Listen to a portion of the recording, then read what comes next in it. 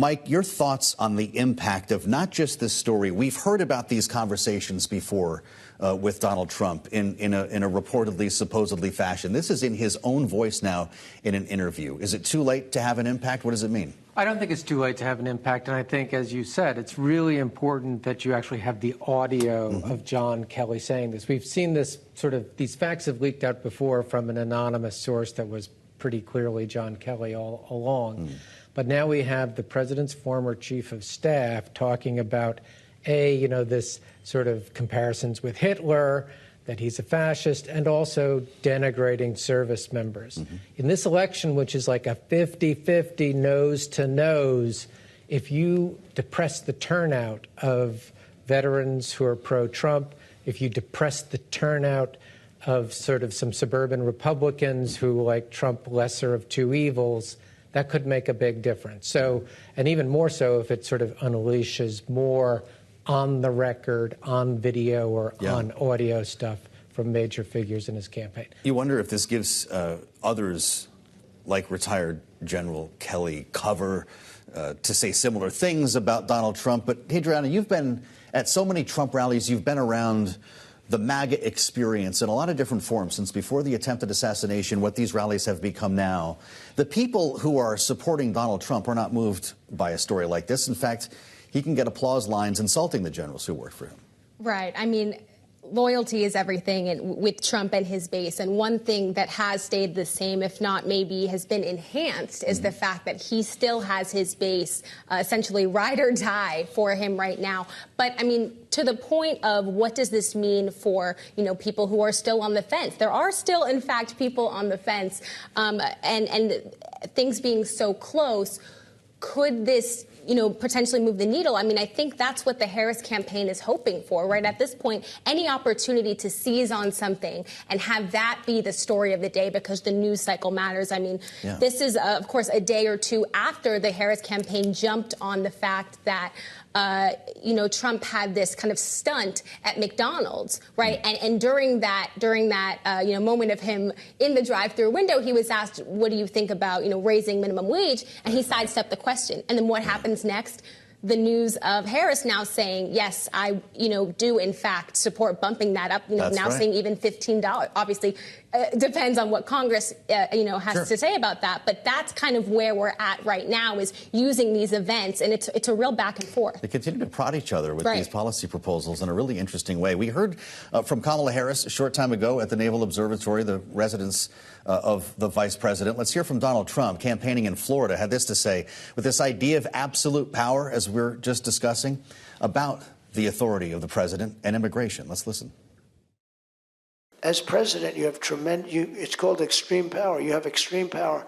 You can by the fact you say, close the border, and the border is closed. That's it. Very, very simple. You don't need all of this nonsense that they talk about. Mike, part of this is about the references to Hitler, that even he did good things, which is clearly not something that most Americans are willing to entertain. But the idea of the power and the potency of the executive, this is attractive to some people. You don't have to wait around for Congress. Close the border. Is that more of what he meant?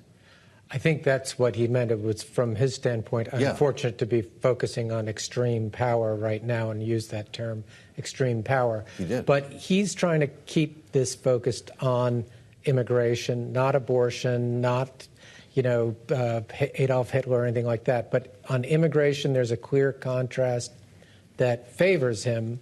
Most people are concerned about immigration, just, whatever the particulars, they feel like Trump is going to be more serious about keeping more illegal immigrants out of the undocumented workers out of the country than Harris will be.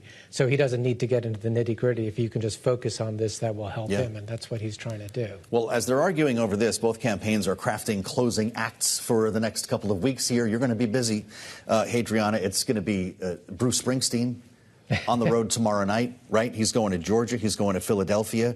We had Eminem last evening in Detroit. Donald Trump is surrounding himself.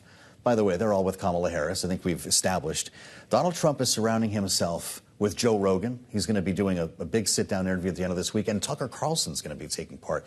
Real contrasts here in the images that voters will be left with for at least those who will be voting on Election Day.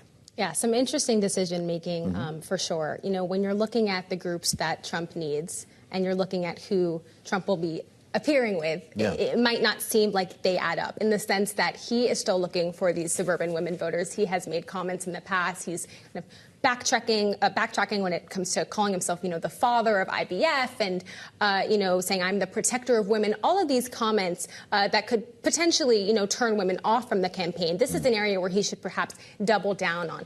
Areas like young men or and men of color. These are areas that he is seeing a bump on. Yeah. So perhaps this is, you know, him trying to double down, thinking maybe that's a better bet to get more of those numbers than a group that has already kind of moved away. Another area he's really been focusing on has been Christian voters. I mean, he was just at the Al Smith dinner. You know, that's something that we know that Harris herself did not end up going to. He's tried to capitalize on that. But then at the same time, the tonal shift, you know, making these more kind of vulgar remarks at these rallies that could potentially undercut that strategy as well. So, you know, we'll continue to see what kind of thematic and tonal messaging comes out of this. You know, something else that's interesting is the economy more important or is the border? He's going back and forth. I think, you know, advisors are really trying to have him focus on the economy, but the border just continues to creep up there for him. Yeah. And we know it's still important to voters as well. And both of them are issues that he is, you know, polling shows has an advantage over Harris. So maybe it's fine to kind of focus on both, but it'll be interesting to see if there is any shift